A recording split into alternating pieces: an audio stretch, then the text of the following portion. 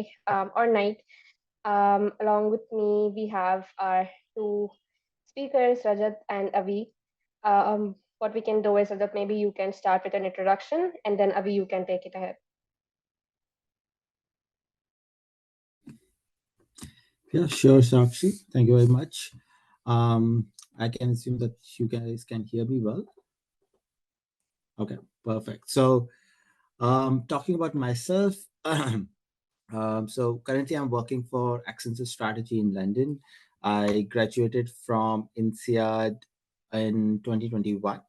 So that's what I'm doing right now. But before INSEAD, I'm a petroleum engineering graduate. I graduated from Indian School of Mines in 2015.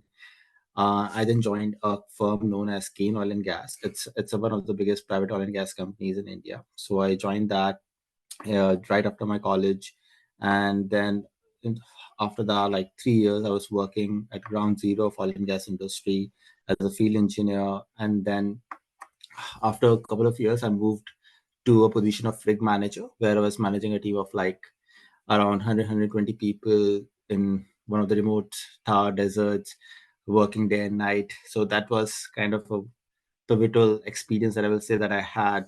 It helped me understand a lot about the leadership experience, how things work, and kind of helped me develop my own leadership skill, or what you can say, leadership style. That was kind of the experience that I really feel grateful for. So, anyways, after that, I thought like, okay, it's been quite some time. I wanted to have a broader picture of oil and gas industry. So I joined the corporate strategy team of my firm, where I was working with them to on a couple of strategy projects that they have been doing. But after like 5.5 years, that's the time when I decided, okay, I want to be even broader. I don't want to stick to just oil and gas, and I want to make some big changes in the whole energy industry. And at that point, there was a lot of push around oil and gas companies moving and becoming an energy company. So where this is where I've wanted to help. So that's when I decided to do MBA. I I was actually one of the first candidates who sought help from Shantanu. Shantanu is the founder of MBA and Beyond. So we worked together on our application, and I just applied to INSEAD and fortunately got in. So I joined INSEAD during or just after COVID, like in January 2021.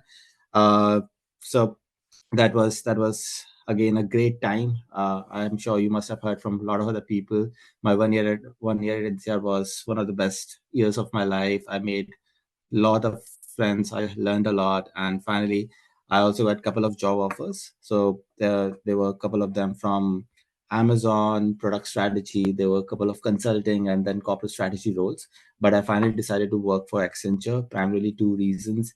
Because first of all, they were offering me a good role in London, and second, it was something on the combination of energy transition and digital transformation. So that's something that I wanted to build my expertise on.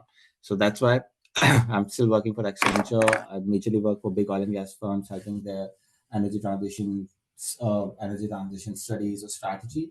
And yeah, it's going great. Uh, I will be happy to answer any questions that you may have. So, but before that, take uh, away. If you can introduce yourself as well, that would be great. Thank you so much. I hope I'm audible, Sakshi. Thank you. All right. I'm Avi. I was born and raised in India. Uh, Graduated in engineering in 2012 from Pune University. Then I went and joined the army, got enlisted, served for 10 years, and yeah, I've served in the Northern Kashmir Valley, Punjab, couple of northeastern states. And I just hung up my boots in September 2023, so 4 months ago. And right around the same time, I got an admit into INSEAD. I'll be starting school in August this year. So that's a brief introduction to my profile. And as Rajat said, I too will be able, and I too would like to answer your questions within my purview of the knowledge that I have. Great. Thanks, Avi and Rajat. So we can take the session ahead, and we will start taking on some questions that we have. Meanwhile, guys, you can start dropping in your questions in the chat box. We'll start taking them one by one soon. So the first question that we have is, how can prospective MBA applicants authentically convey their work experiences while aligning with their expectations of MBA programs? So maybe any of you guys can take it ahead. Can you just repeat that? It's Sorry. how can prospective MBA applicants authentically convey their work experiences while aligning with their expectations of MBA programs? Okay. So I feel that there are a couple of parts to the question. Basically, authentically communicating your work experience. I think that's given. That is the first thing that you will be doing anyways. But what I feel that the audience may want to know a bit more around is how can you basically manage your experience in a way and adjust it according to the INSEAD expectations. So before I move there, let me just quickly talk about a couple of things that I feel that is very important for everyone to know. Like, how does INSEAD basically assess any profile that comes into their portfolio, basically? So there are four important factors. Okay, so the first one is the leadership experience. So the leadership experience mean any kind of leadership experience that you have in your career until now. That is something that they're really looking forward to. So INSEAD motto is to create leaders of future, and they are looking for people who have led teams. Not even like, I will be wrong to say led teams, but it can be around leading something of your own, that and providing significant value to the society or to your firm. So that's the kind of experience that they are actually looking for. So if you have a lot of experience and then you have to choose what part of your experience that you want to actually talk about in an application, then I will suggest you to focus on those kind of experiences. So that's the first thing, right? But then the second part is the international experience, right? So INSEAD is one school that really likes to build their class as an international class. So in my batch, I had around 550 people, and there were 70-75 nationalities in my batch.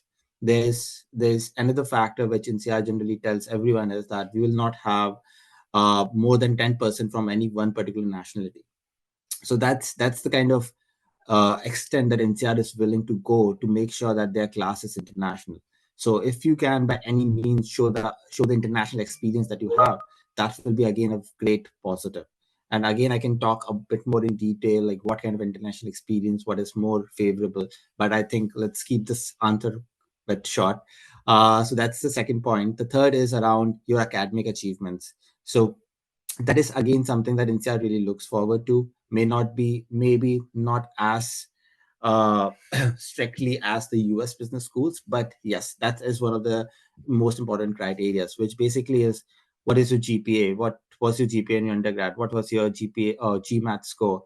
If it's not great, then there are other ways to resolve that. But that is if you have great GPA and GMAT, then you're obviously ahead of the race, right? So, and finally, we have the fourth point, which is basically how can you contribute to your class.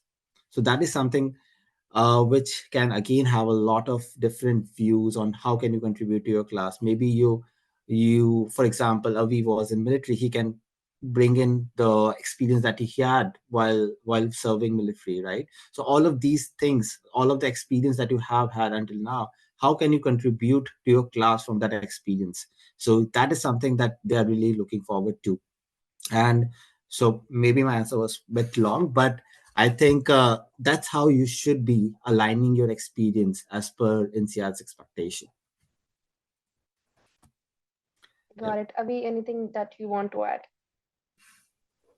I think that was covered brilliantly. I can't add anything to that. Fine. Okay, let's move on to the next question that we have, which is what strategies can applicants employ to establish a clear connection between their professional background and their aspirations within an MBA program? Maybe Avi, you can take it ahead. Yeah.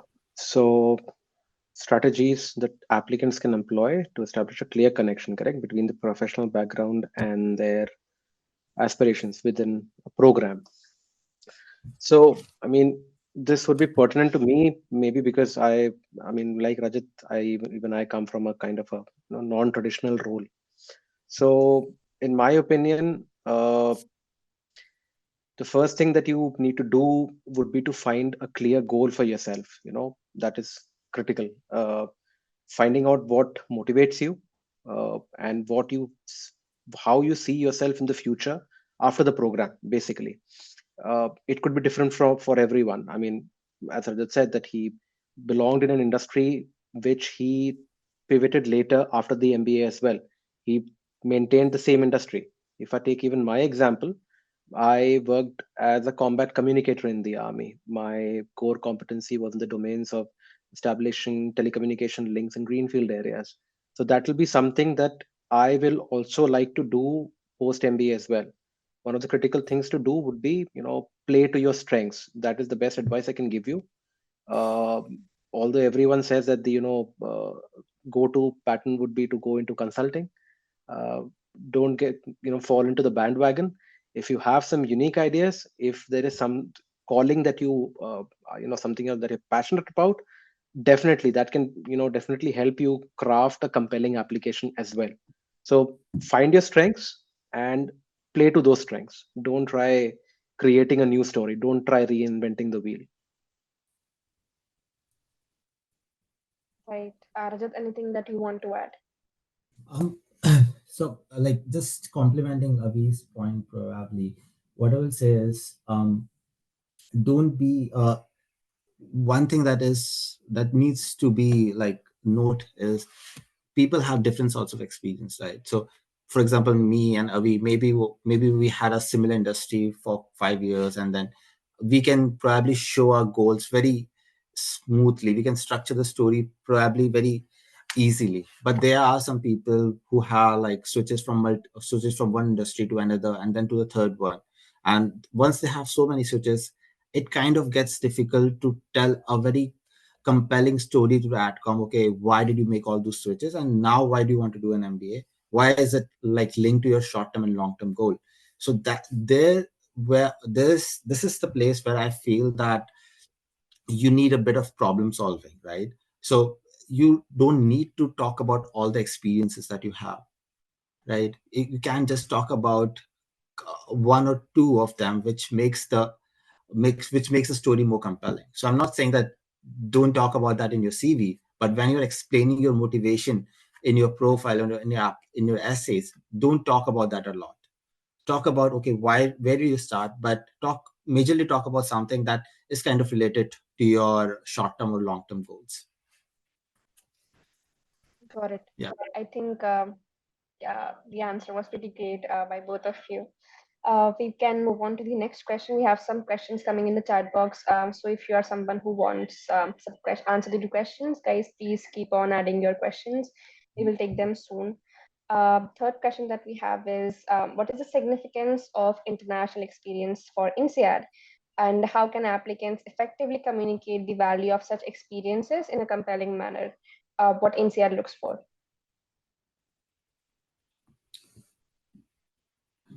I'm sorry, I was distracted. Can you repeat again? Sorry. Yeah, the third question is, what is the significance of international experience for INSEAD, and how can applicants effectively communicate the value of such experiences in a compelling manner? What Sound INSEAD looks for. okay. So yeah, I think this is a great point where I can actually expand on the international experience I was talking about earlier. So what is international experience? And as you already know, why INSEAD is so fixated on it. Um, but okay, so what is international experience? So in my view, we have three types of international experience. One is where you are actually going outside of your country, maybe do for an undergrad or maybe as a part of your job. That is one of the international experience, and you stayed there for a couple of years or couple of months where you actually work there, not just going on a small project. So that is one of the biggest kind of international experience, say, that has the highest value in terms of NCR, right? So second one is you are going outside, but on a short-term trips or projects like a month or 2 months or a week, things like that. again, you're going outside, you're interacting with the client, you're interacting with people outside, you're experiencing new cultures, which is great, right?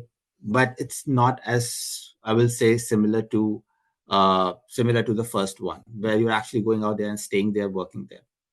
And in this one, I will say also include any international tourist trips that you may have. So the point is not just to go outside and work, it's also just to experience the cultures, experience how people behave, experience talking with different nationalities. That's what NCR is actually looking for.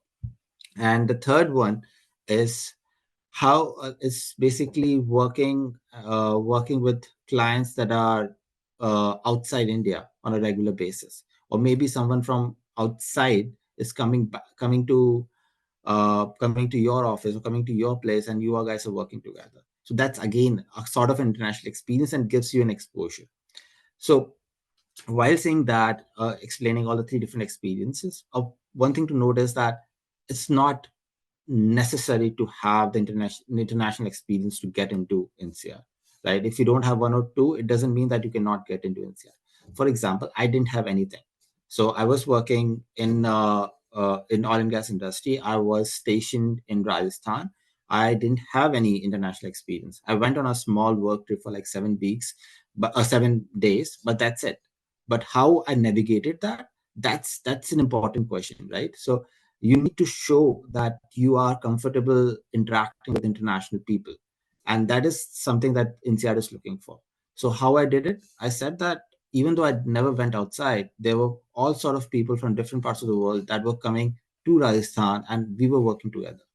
So it was an international experience, international environment that was right there where I was working, and I was working there for like 3 or 4 years. So that becomes significant.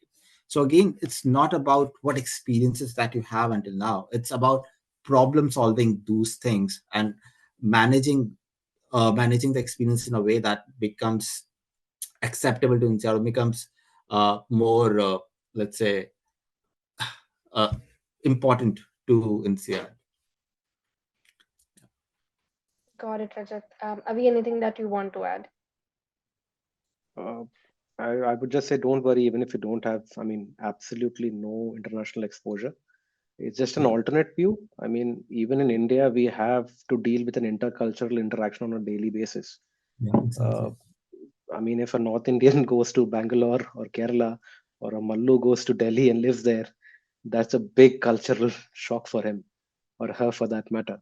So again, it depends on how you weave your story. If you are able to convince that you were able to, or upstick yourself from a location, from your comfort zone, go into a different locality, go into a different state, be employed there, work there, meet different kind of people, and succeed in creating a new social circle over there, I think that should more than suffice. In a way, that is a big advantage for Indians.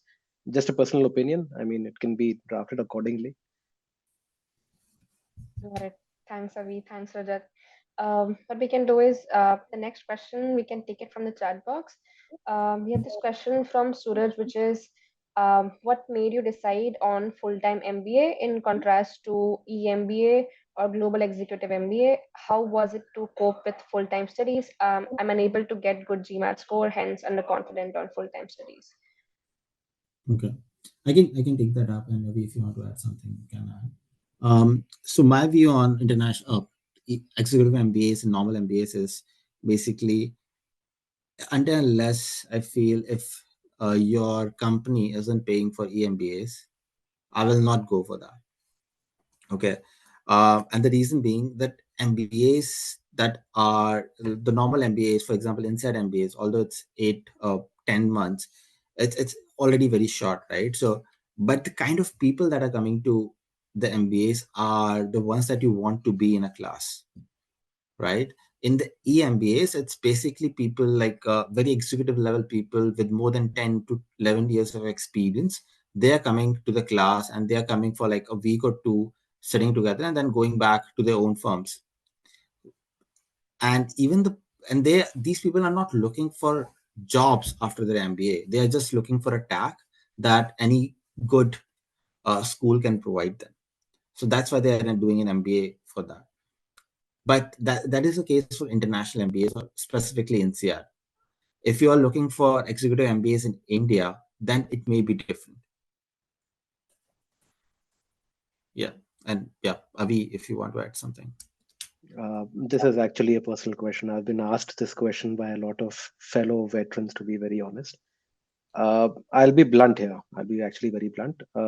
Unless the executive MBA is a full-time residential program, I don't think it can compete with a full-time MBA. If you're going for the weekend program, it has a very different aim and objective out of the program. Now, reading between the lines, even if you go to some, read up online, you'll realize that the flagship program of any business school is its MBA degree. The executive MBAs are there. There's some good programs like the Sloan Fellowship in LBS and across the oceans in US as well. The executive programs of ABC and ISB as well, they're good. But then you will not be sitting with the cohort who have a work ex of 5 to 6 years. As Rajat said, you'll be sitting with people who have say 15 to 18 years of work ex, which is the average work ex of the Sloan Fellow in LBS. So you have to find out where you stand. If you've had more than 14 years of work ex, I mean, if there are any veterans on the call, if you've had more than 14 years or somewhere nearby, it is better that you go for a executive MBA, because then that will be a better timeline for you. But then if you've put in say 5 years or 10 years in the workforce, you are almost in the middle, if not to the right of the bell curve. You're still in Yeah. good enough time to start off your full-time MBA. It's definitely better than going for an executive MBA. The aim and objectives differ. That is the main aspect. Got it, Avi. Thank you. Guys, we can take on the next question, which is in the MBA application journey, is it advantageous to engage with a consultant? If so, could you provide insights and share your personal experiences regarding how working with a consultant aided you in achieving your goals? Maybe Avi, if you want to start with that, I can add in after that. Uh, Again, I have a personal experience wherein I started off the journey on my own as a very overconfident 4G, to be honest. With a good GMAT score, I thought, I had my chances of very good. And without much prep, I dropped in my applications to a good school in Europe. And obviously, I did not even get an interview invite. Uh, so obviously, then I took a step back and decided to, swallow my ego and take on some help. Uh, a few important aspects here. Some people have a misconception that taking on a consultant means the essays will be written by the consultant. Please don't be under that, gullibility. You are your own author. I mean, you can't hire a ghostwriter right now. So you will have to write your own stories. Consider the consultant as a rudder to your ship. So if you don't know which port you're sailing to, no wind is favorable. So that is what the consultant does for you. End of topic. And that is what the person brings on board. They have gone through countless applications during their journey, so they would know where the red flags might crop up. They would know what will work with the outcome, what might not. At times, it happens with my work ex. There were certain incidents which I was very close to, something that I held in high esteem for myself. It turned out that they were, on lack of a better word, unsavory for certain people, because most of the experiences were from counterinsurgency scenarios. So I had to reframe or go looking into alternate stories in my timeline. So that is what a consultant does. They help bring out some very good strengths of yours. And one last aspect that I would like to harp on is, while in the introspection journey, you will come to know about your weaknesses, which I'm sure nobody thinks of. I knew a lot of mine subconsciously, but I never wanted to accept them. But then, yeah, by the time I finished writing my applications, I had a fairly decent idea about my own lacunas in my life. um, Rajat, if you have anything to add. Yeah, I mean, like have talked to countless people on the same question, like, is it really worth it or is it really helpful? So, like once you become a consultant, you will also start looking at things very high level, very strategically. So the cost that you are probably trying to or you will spend if you were going to do an MBA is will be upwards of 1 crore, right? So that's the kind of investment you are planning to do. But the amount of money that you will probably spend at an MBA consultant will be 1 to 2% of it, right? And I can I like I have worked with so many candidates, and I can say that by with 100% surety that it's definitely helps. So I've helped people, I've supported people, I've known people uh, who have got a lot of cancellation for multiple years before coming to me. And in one go, she got into NCR, she got into LBS, she got into IESE. So there was no problems with her profile. It was just about how she was putting it in, right? So if you are putting your extracurricular, for example, achievements or activities in a bullet point in an essay, that's complete red flag. So no one talks about it on internet. But like if you will join us, if you will take help from MBA and beyond, you will see that this is something basic that they will tell you. So these like small things once uh, stack over each other becomes like a red flag, big red flag. And even though your profile is really great, even if your GMAT is really great, it becomes you don't get an invite, right? So that's, I will say, if it's just the money that's stopping you from taking an MBA, I will say don't look for it. Don't look for it right now, because you will never regret that. You will never regret that, because once you get a job outside, or get a job even in India, it's basically nothing. It's for us, for Indians specifically, I will say that when we are applying for it, we feel that it's a very big amount because we are earning in INR. But once you go outside, it's definitely nothing. Yeah, that's Got my it. view. Got it. Thank you, Rajat. Thanks, Avi. I think we can take on the next question from an applicant, which is from Ishita. That is, what kind of extracurricular activities could help in profile building? So, if any of you can take it ahead. Yep, I can take that up. Okay, so I just like okay. I mean, there's no particular preference of what kind of extracurricular activities that you should take. It's about, first of all, you should have a real passion about that extracurricular activity, whatever you are going to do. Second, it should have a meaningful impact on the society, on yourself, and should have a very strong reason. Again, like connecting it back to passion, you should have a very strong reason why you joined that in the first place. So if you have these 3 or 4 ingredients, any extracurricular activity, I will say, can be the best one.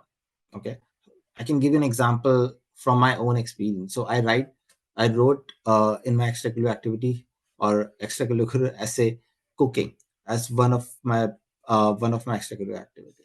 Like if you are in India, it feels like everyone cooks, man. Like what's so great about it? It's not about the activity. It's about how you portray it, what it means to you. So what I said, that cooking is one thing that really helps me calm my mind, and it is something that I do like on a daily basis, even though I had a very busy day. But when I'm cooking, it's just me and my veggies in front of me, and that's what I really like, right? And the second thing I said, now this particular thing has helped me connect with my international colleagues a lot. So I now host dinners, lunches with my colleagues, and that's one thing that we like to do together. That's how we build our team. That's how I build my friendship. So that's something that has always connected to my heart now. So you see, like it's a very simple activity like cooking. Everyone does that. So you can convert that into something very meaningful as well. You just need to have a very open mind. You just need bit of interactions with someone a bit more experienced, and then I feel that any extracurricular activity can be really helpful. Yeah, over to Avi. Avi, if you want to add anything. It's all the storytelling, whatever you do. As Rajat Yeah. said, he said cooking. I mean, for me, although I do enjoy playing the guitar, I don't do it professionally. I'm just an amateur. For me, I mean, it used to help me in my deployments, where you there is only so much things you can watch on a hard disk because there's no internet connectivity. So then that in those times, the guitar used to come in handy. So as Raja said, I mean, very wonderfully that it should contribute to something. It should contribute to who you are as a person, and you're good to go. Right. Got it, guys. We have the next question, which is from Himanshu. That is, hi, with an experience of around 9 years and a master's, should I go for regular MBA or executive MBA in terms of ROI? Um, like very simply, I don't think if you're looking to do an MBA outside India, executive MBAs are going to be a lot more expensive than normal MBAs, right? So if you're talking just about NCR, during my time, it was 89,000 euros for normal MBAs, and it was 150,000 euros for executive MBAs, right? And the reason why they have it such higher prices for executive MBAs, again, the same reasons, because they know most of the companies are paying for it, the individuals are not. So they don't mind paying that sum of money. So, and even just on the basis of ROI, I just talked about the cost thing, right? The revenue side of it, or the income that you will get afterwards, I will say you will have a lot more opportunities after normal MBA than the executive MBA. Just this is a comparison just on executive MBAs and MBAs, not on your profile, what you should be doing. But coming back to that, I think 9 years of experience is at a borderline. So if you are planning to do an MBA next year, then you should just apply for MBA. Otherwise, I will say wait for some years, or maybe have a conversation separately and talk us about your profile. Then we will probably be able to give you more information. But I will say if your experience is within 10 to 11 years of range, I will still go for normal MBAs. I had a couple of friends who had similar kind of experiences, and now they're working for either Amazon or Strategy in Dubai, places like these. So it's not uncommon, I will say. Yeah. Got it. Okay. Yeah. If you want to add. No, Yeah, perfect. Nothing at all. Yes. Okay. great. I think we have the next question, which is around the lines of language certificate, which Mhm. is, could you please provide a solution for the third language certificate required in INSEAD? Like, is it a requirement, first of all? Yes, it is. So INSEAD proud itself that all of its class can speak at least three languages. And that is why it is one of the requirement to graduate that you need to have an A2 certification in any of the third languages. So what is A2 certification? It's basically starts from A1 and A2. If you are Spanish, you can probably understand few words of Spanish and speak a very, very, very weak Spanish, and that's it. So uh, it's a requirement. You need a certificate, A2 certificate for the third language, and you can get it through various mediums, right? So INSEAD has language intensive courses just before your program starts. So that's one thing through which you can get. Second is you have actual language courses while you're studying for INSEAD. You can get through that, or if you want to do it through third party, that's also acceptable. If you got an admission in NCR like 3 or 4 months before, you have a couple of months before you go, you can just go for some third party language institute and get your certification from there. Got it. I think that pretty much answers the question. We have the next question, which is, can you share some examples of how you crafted your narrative for the MBA application? Does business school have a preference between traditional MBA exits, example consulting, finance, etc., versus more unique paths? um I can take up that, but if you want to start. No, no, absolutely. Go ahead. Go ahead, please. Okay, sure. So in terms of exits, right, no school will say, okay, this is the exit we want. It's more or less, you should be tell your own story and make sure that it aligns with your previous experience, your long-term aspirations. That's the key thing, right? One key thing will in there will be, like, for example, in CR, if you're applying for NCR, if there are 100 people applying for NCR, 80 of them will say that they want to join consulting because NCR is a consulting school. And I agree. in my batch of 500 people, almost 250 to 300 people joined a consulting firm, and out of 300, 200, almost 200 joined MBB, right? So it's definitely it's a great school for consulting. Like even firms like McKinsey, Bain, BCG, they have a separate web page for the recruitment of NCR students. So that's the kind of relations that NCR has with these firms. So, but again, I will say that if you want to stand out or if you want to succeed in application, and until unless there's no other option for you to say that you want to do consulting, I will say try to say something else, because I'm sure they will be sick of hearing people saying, okay, consulting, they want to join consulting after MBA, they want to join consulting. If you want to stand out, you need to tell your story in a way that is not completely reliant on consulting. There are a lot of other companies that comes to NCR, which includes finance, operations, tech, startups, scale-ups, like any company that you can imagine, almost from any industry is coming to NCR. So don't be just fixated on consulting, I will say. That's all. Yeah. Got it. I think we have the next question One second. I think from, Nikita yeah, has Nikita her has hand. raised her hand. Hi. Yes. Thanks for pointing out. I just wanted to ask a question on the previous answer that you gave on writing something unique as part of post MBA goals. But just wanted to ask. So, what I usually hear is that the admissions committee want to see the job profiles that they actually think that the business school can help them to get after they get their MBA done. And if we maybe choose a unique path, then do we also get into that risk of that school not considering our application, thinking that we won't be able to place them after the MBA? Okay. It's a really great question, Nikita.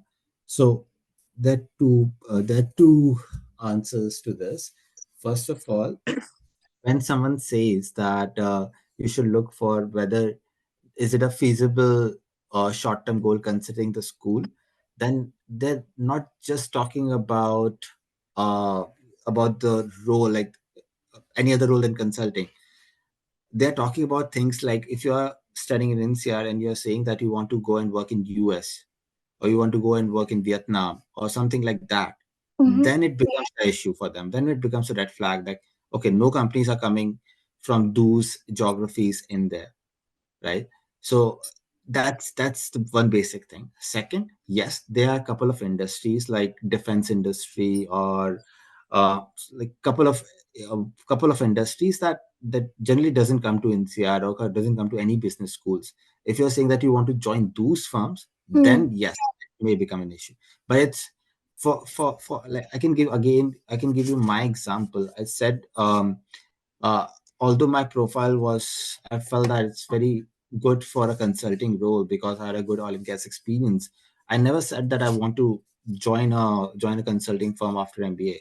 I said that I want to be an operations manager in one of the clean tech energy companies after MBA. And I checked on internet or NCR, there were no clean tech energy companies that were coming to NCR per se. But it's not just the companies that are coming to NCR. If there are any alumni, if there's any connect that you can connect even offline, then it's good for them. They know that they have alumni all over the world and they don't rely on companies that are just coming to NCR for recruitment. So you I should have a story to tell, and that's the end. But again, be a bit sensible, like do sensible about what you're writing. If it's way out of their league, then yes, it can be a red flag. got it. Got it. Thank you so much. Thank you. Right. Yeah. Thanks, Nikita. We have the next question from Nilansh, who has mentioned, who has asked, I have 1 years of experience. So should I go with MIM or take 2 to 3 years more experience and go with normal MBA? Avi, maybe if Um. you want to answer it. Yeah. I think Rajat, you can take it on. I mean, without much information about the profile, I think it'll be.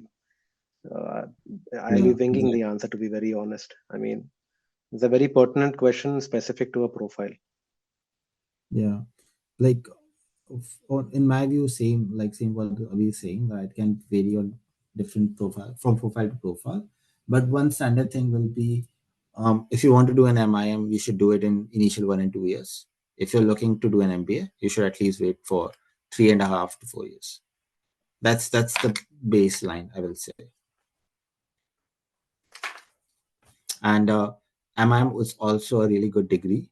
I've seen people doing an MIM and joining consulting firms, not as a consultant, but as an analyst, but it's fine. It's You are joining as an analyst, in 2 years, you will become a consultant. So if you are at the right stage, as in your life, or in terms of the savings that you have, and you can afford an MBA, MIM degree, then I will not, I will not say no to that. Definitely apply for that. Got it. I think, Lance, what we can do is after this call, I will reach out to you over email and we can, book a profile evaluation call for you, and talk about it in depth. Yeah. Okay. I think we have the next question from Nikita. Same. Uh, uh, Sorry, Nikita. Yeah, Nikita Yeah, has please. asked another question, which is, what is the best way to write the Ah, failure story in the motivation essay? Is it necessary to have a failure story with high negative impact? I have a feeling I think everybody is afraid of failure essays, how to tackle it. I'll just give a very generic aspect. It's the failure is not important. What lessons you learned from that failure is what is more important. If you haven't had a failure yet, either you're lying or you are a demigod. Everybody has had failures in their life. It all boils down to how you weave your story around it, how you tackled that failure, how you took it on as a person, how that failure helped you grow subsequently, and what changes did you make in your life trajectory subsequent to that failure to ensure that something similar does not happen in the future. Just a quick example from my personal life. Inside has a very typical essay wherein it combines the failure and achievement together. So there was an instance wherein I was given a project which failed, I mean, despicably in the valleys, and I took it personally. In a way, I actually took it very personally. And a year later, in a different sector, when a similar project cropped up, I took on that project and executed that. So you understand, I mean, you encounter a failure, you revive yourself from it, take on some lessons, and then implement them in your life so that it does not happen again. That is what is more important. Don't concentrate on the failure, concentrate on the lessons learned. That is more critical. I definitely Got it. agree, Avi. Yeah, that's the best thing to do. Don't look for failures that have an high impact. Look for failures that have high impact in terms of the learnings that you got out of it.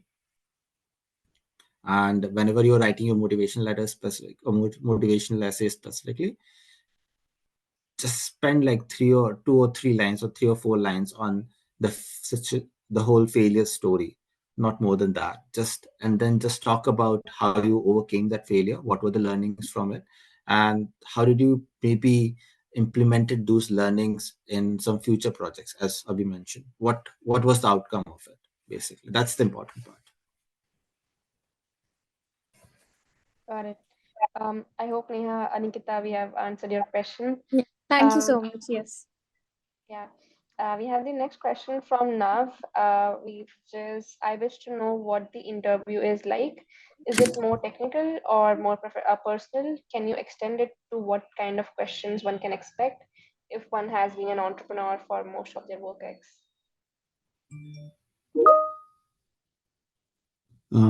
Avi, I think he has a very recent experience of interviews, so he can maybe a better judge of it.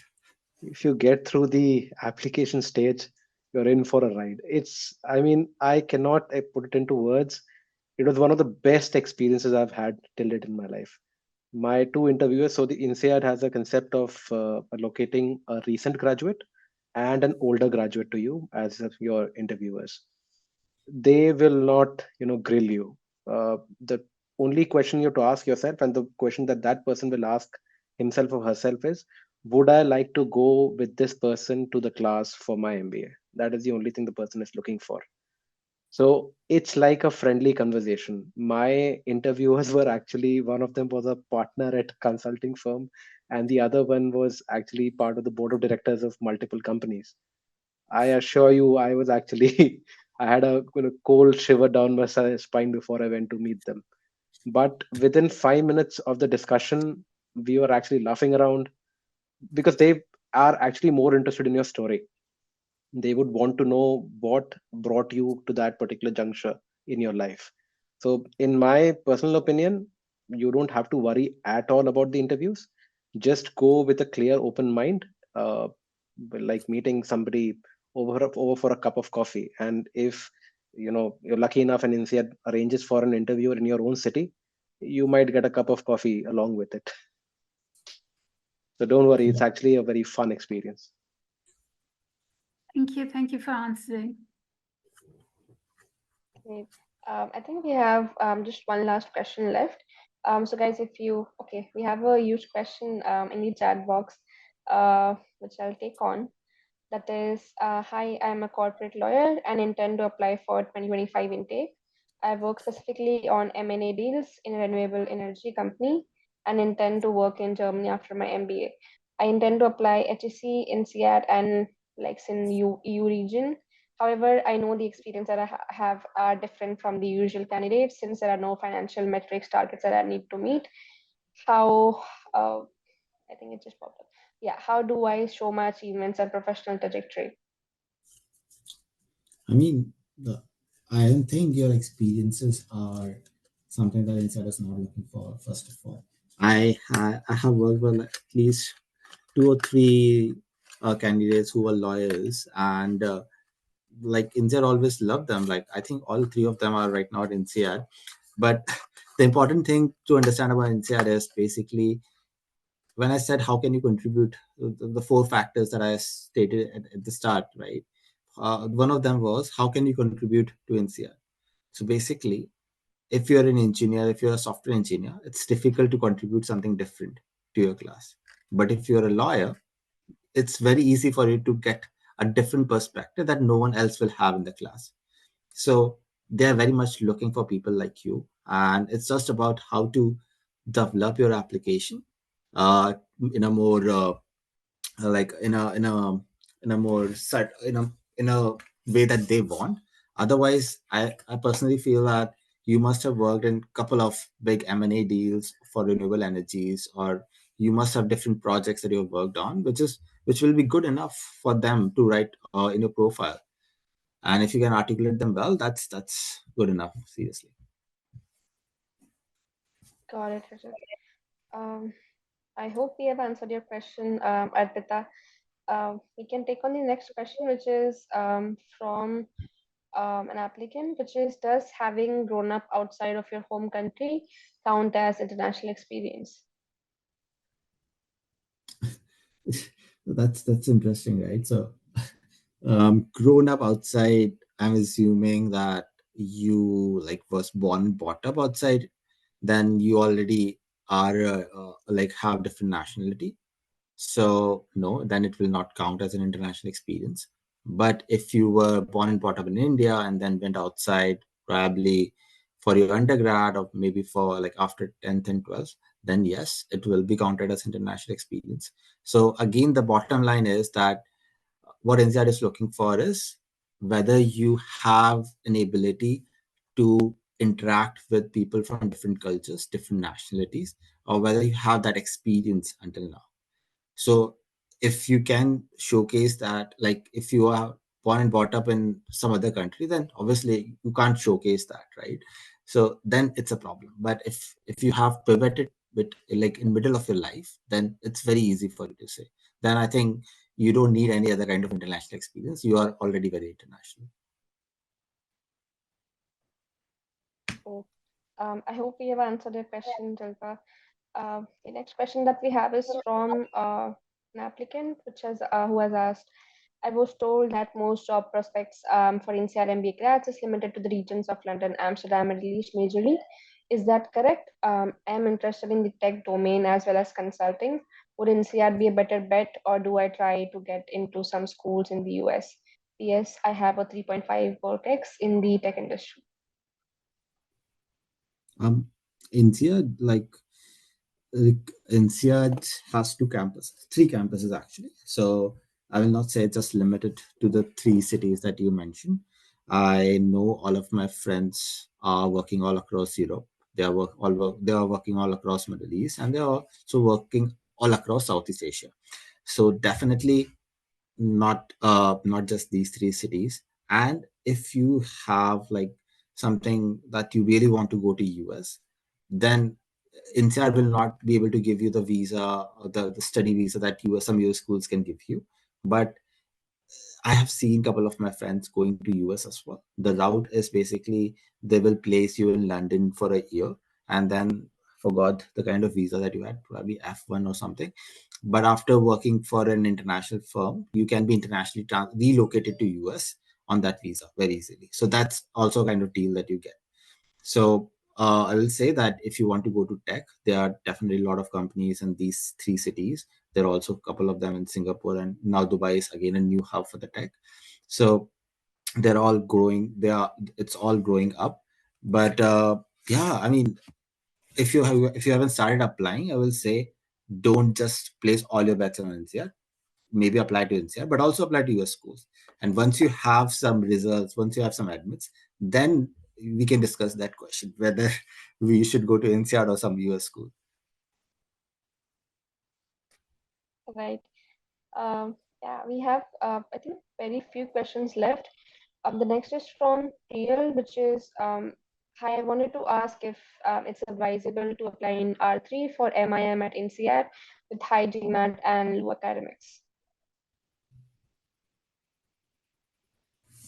You want to take that?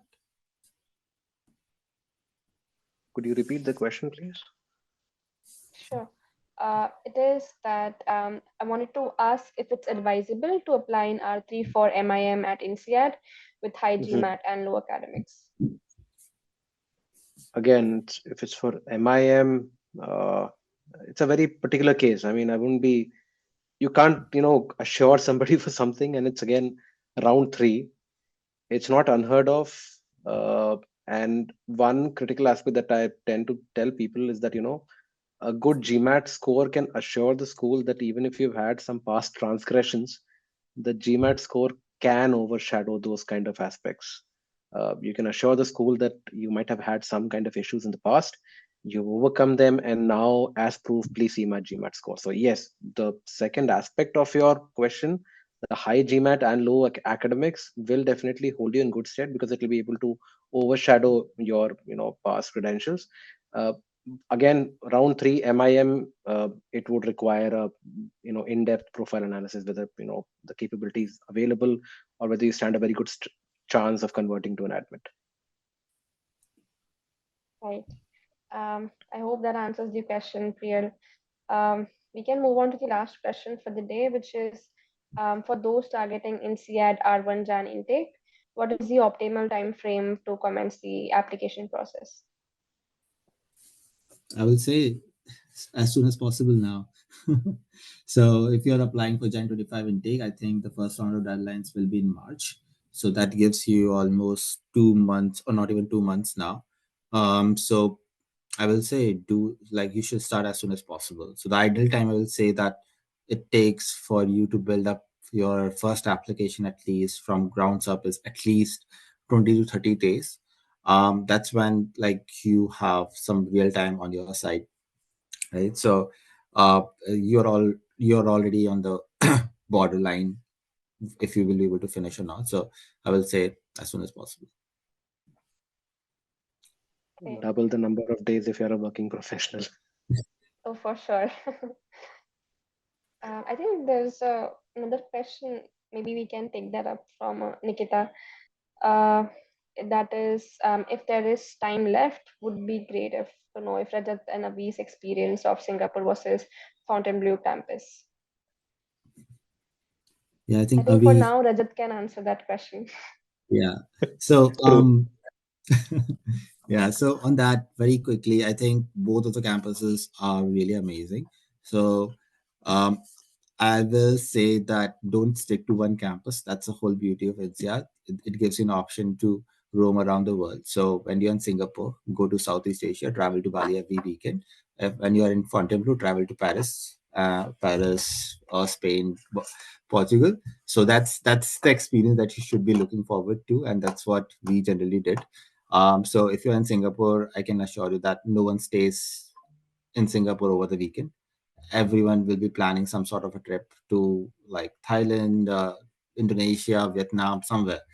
And similarly in Fontainebleau as well, things like you will be planning some sort of road trip to some of the countries around you.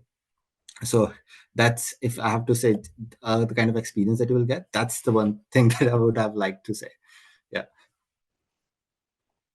Great. I think that pretty much answers the question. Um, so I think that brings us to the end of the session, guys. Thank you so much, everyone, for joining in. Thank you so much, Rajat and Avi. While for the applicants, we have a unique opportunity to all the applicants who have attended today's session, which is that we will, only be charging you part of payment right now, and the rest of the payment only once you get, at least an admit to one or two schools. So watch out for our email after this call from me, and we can be in touch then. Yeah, So and yeah, just one thanks, more thing. Rajat. Just Yeah, go ahead. just one more thing. So I'm sure, like, if you have any other questions, please feel free to reach out to Sakshi, me, or Ravi on LinkedIn as well. We'll be happy to answer any of your questions Yeah, there as well.